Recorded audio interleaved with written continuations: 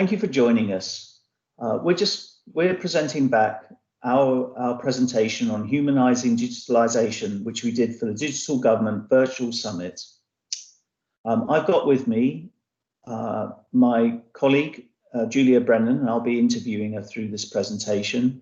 And my name's Simon Jones, and I lead our Health, Housing and Communities sector. So today we're talking about why is digital channel shift so hard? Why is it difficult to get buy-in and people on board with it? From the experiences of actually practically delivering this, we're looking at how you can target our effort more effectively and what you can do to improve your practice if you're not already doing it.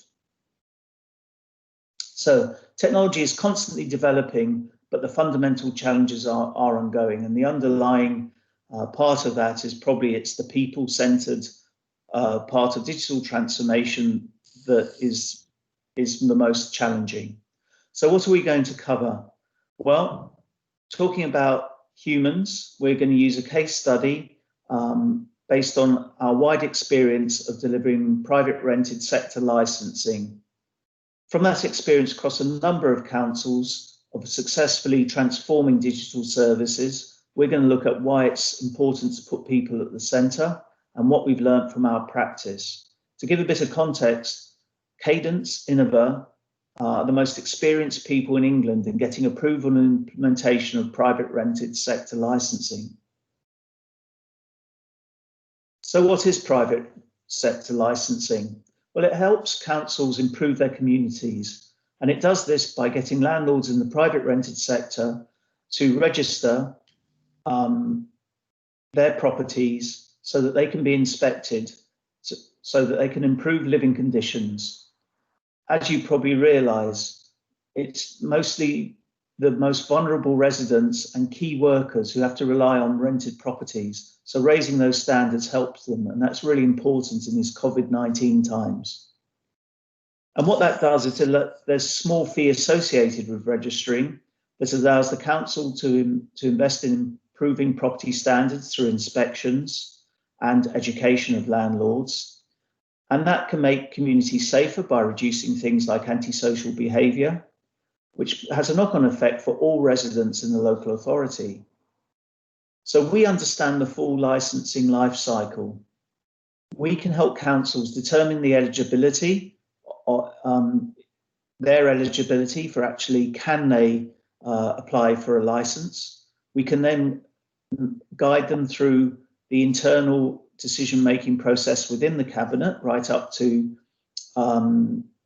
getting it approved by the Secretary of State at MHCLG. As part of the objectives they set for their licensing scheme, we can help them to shape the demand that will meet those objectives and then design the service, including obviously for automation. And what do we bring? Well, we bring the complete change wrapper for digital enablement.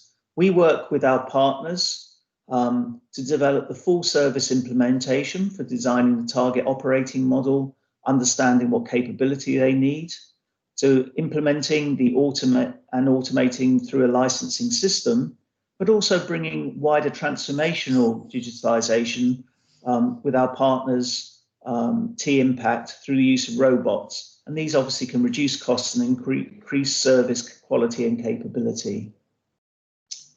So overall, we bring experience in accelerating digital service transformation, not only in private rented sector licensing, but across sectors. So obviously, the objective is to design a great service. And to do that, you need to understand the needs of key users. These are the things that without it, they may die, to be dramatic.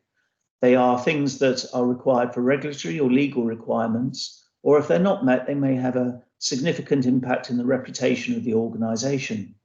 So obviously you can go off and talk to people, but if you go and talk to individuals, they will tell you their aspirations about what they want individually. And these need to be balanced with the expectations at a social level around things like inclusion and making sure that services are accessible. And all of these need to be balanced to make sure that value is going to be delivered. And as you know, value is the ratio of the cost you're willing to expend on the service against the benefits that you're willing to deliver. And through this, you can shape the demand.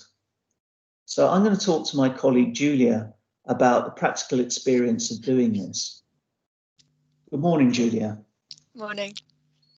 So obviously, when we started going in and talking to our clients, the first part of the process is the application for the landlords to get the license. And this is really important because this is where the funds come in. But was it enough to focus on the management of the applications?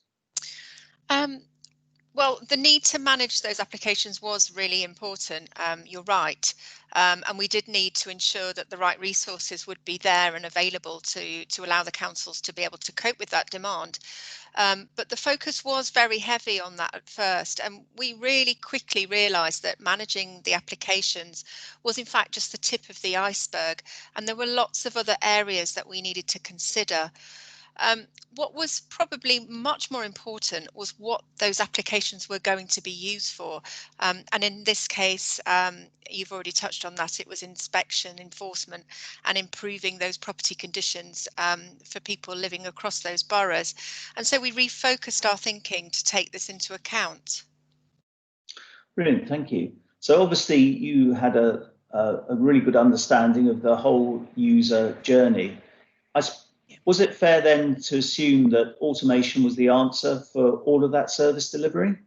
I would say automation was just part of the answer. So it freed up resources and time, and particularly at the front end. So it was essential, but it did actually raise other issues. We realised that automation just wasn't a silver bullet, and that is not to criticise the technology at all. It's more that there was just so much more to it than that. For example, the amount of time that we needed to train the team to get them to use the technology, get their buy-in, that was underestimated at the beginning. And I think that there is a risk that if you focus too closely initially on the technology, other areas could be missed. So there was obviously wider implications of technology, but it sounds like you talked to users and there were areas where it made life easier. So did that mean that everybody used it? You would think that, but in actual fact, that's not what we found. Even though staff had new devices and they had an app that was specifically designed to make their jobs easier, many of them didn't want to use it, and some actually reverted back to pen and paper after they had started using it. So we needed to really focus and get them to change and get their buy-in for change. And I'd say we probably invested around 3 times more effort into getting their buy-in and actually getting them to use the technology than we did in installing the technology in the first place. We all know that people can be resistant to change. And the reality is that getting that buy-in and getting all the team members behind that takes significant effort. Great, thanks. So we believe that for digital transformation, the basis is for decision making. So obviously, it's really important that you have a good baseline for that and people understand their service and how it performs. Was that a reasonable assumption? Well, we thought that would be the case when we started initially trying to map out the service for automation. But what we actually found was there wasn't really a common understanding of how each process worked and how they fit into the service. And this had an impact on the ability to make successful prosecutions. Digital channel shift does require that clear understanding of what needs to be done and how the process is shaped. And this then can be communicated to the wider team. It was surprising how much time this took to actively involve all the right people and to reach that common understanding. So once you got that common understanding, was it straightforward to get decisions made as long as you had the right people involved? Well, we worked really, really hard and we had amazing senior level buy-in. We also set up a robust governance structure to support decision making. Despite this, and even for decisions that ought to really be quite straightforward. We did still need to get buy-in and build people's confidence to make those decisions. And we did this by putting in time to make sure that they had the right information to give them that confidence. For instance, convincing the IT department to own changes was really challenging. And even though the reason for implementing the digital solution was compelling and everyone agreed it was absolutely necessary, it took effort and it meant influencing a much wider audience than just IT. Another thing we found was that some people were still obstructive and they didn't make decisions, or they went back on their decisions as a way of blocking progress. And we addressed this by really engaging and spending a lot of time talking to people and convincing them. And sometimes we could get a decision, and sometimes we couldn't get that decision that we thought was beneficial for the service. But I think the process of talking with people meant that any compromises didn't significantly undermine the service or the project. And I really think this is a fact of project life. Brilliant, thank you. So it sounds like, and we know that in local government, resources are stretched. So was it right to assume that focusing on the team delivering the service was enough? It sounds like it wasn't. No, you're right. I mean, we were going in to deliver a service, and the temptation could have been just to focus on that service and on that delivery team. But to be honest, we found that the services that we've worked with are interdependent on other teams and across departments, across the council. So we spent lots of time analysing our stakeholders to understand what success would look like at different stages of the project. And we also, it allowed us to identify who we needed to talk to and think about any issues that might arise. So I think this paid dividends actually throughout the life of the project, as seeing stakeholders from different points of view helped us to understand the root causes of issues and helped us ultimately to provide solutions to that.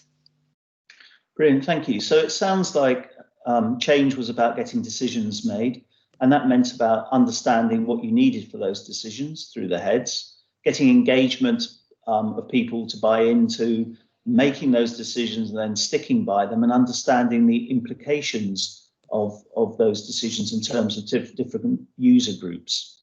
So we posit that this is really to do with done through developing individual capability around the service, but also connecting services, but also getting the organisational to understand how this new service fits in. So once the service was up and was there and all the testing had been done and it looked like it was going to work, I presume in terms of getting people to know what they do, it was important that processes were designed and documented in detail. Yeah, I mean, that is really important. And we put in significant effort into this. But we did actually find as well that even when we had designed the new processes, we developed really quite detailed process documentation. We still had to spend lots of time communicating this to the teams involved so that they understood them in the context of their own roles and what those changes meant for them. I think this probably took 4 times as much effort as actually designing the service in the first place. Oh, wow. But obviously, once you'd done that, I presume the robust business case really helped get people on board. Well, the business case was important, particularly at a senior level, but it wasn't enough on its own. So we had to translate and consider the needs of people right across the organisations and reshape this at different times in the change journey. I mean, we were working with people who had quite different needs and motivations, and to get people fully on board, we really had to take this into account. We periodically revisited our stakeholder analysis, engaging with different teams in terms of their needs and their motivations to get them on board. For instance, there were problems with different parts of the process, and this meant we had to challenge how people did things. And obviously, the business case didn't really help when discussing specific challenges with individual people. Especially at the front line. So we had to interpret the business case in terms of what mattered to those individuals and to their roles. For instance, the challenges of being out in the community during COVID-19 meant that we had to replan and address those very real concerns. And of course, there were financial implications, but more importantly, we needed to understand the needs of the officers and build this into the service. And that's how the implementation was planned. Great. So that sounds like a lot of interpretation. But once that had all been tested and everybody had been trained and the technology had gone live and obviously people were using it, was that the job done? Could you close the project down? If only. No, it isn't. Technology never meets everyone's expectations, and there are always emerging issues and areas for ongoing updates and improvements, and they need to be understood in the wider context of the service and of other teams that use them. Improvements continue after the project has closed down, and so in order to make sure this happened, we identified key people across the organisations to keep improving service quality. And this handover takes much more time than you might think, and it does cover more than one service. Great. Thank you very much. Thank you. So we've taken you through our experience of successfully delivering private rented sector licensing services that are digitally enabled across a number of councils. To remind you, the benefits of this is bringing millions of pounds of revenue and supporting councils to improve the conditions for the most vulnerable residents and key workers, with obviously associated benefits for all residents. So the case is clear.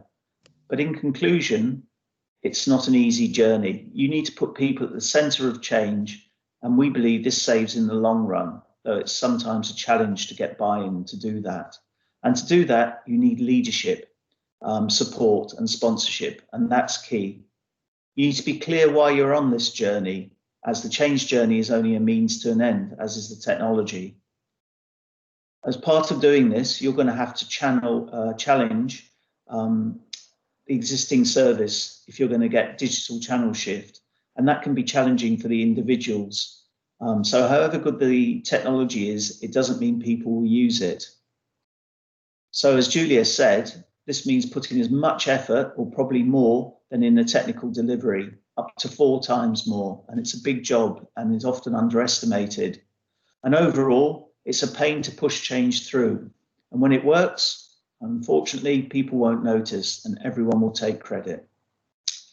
So we've been talking at Cadence, we believe it's really important to put people centre and front for successful digital transformation. And this is woven into the fabric of our approaches on all digital transformation programs across all sectors. It's important to revisit and really understand the user value. We make sure we draw on all the capability to meet our client needs so that they deliver the value that is expected. And personally, in terms of engaging with our clients and stakeholders, we pride ourselves in being pragmatic, working with partners and clients in a way that allows us to challenge, but still smile, and hopefully have a good time whilst focusing on delivery. Here's some of the details around where we've done it and the success and the benefits that come out. If you have any questions, please feel free to contact us. Thank you.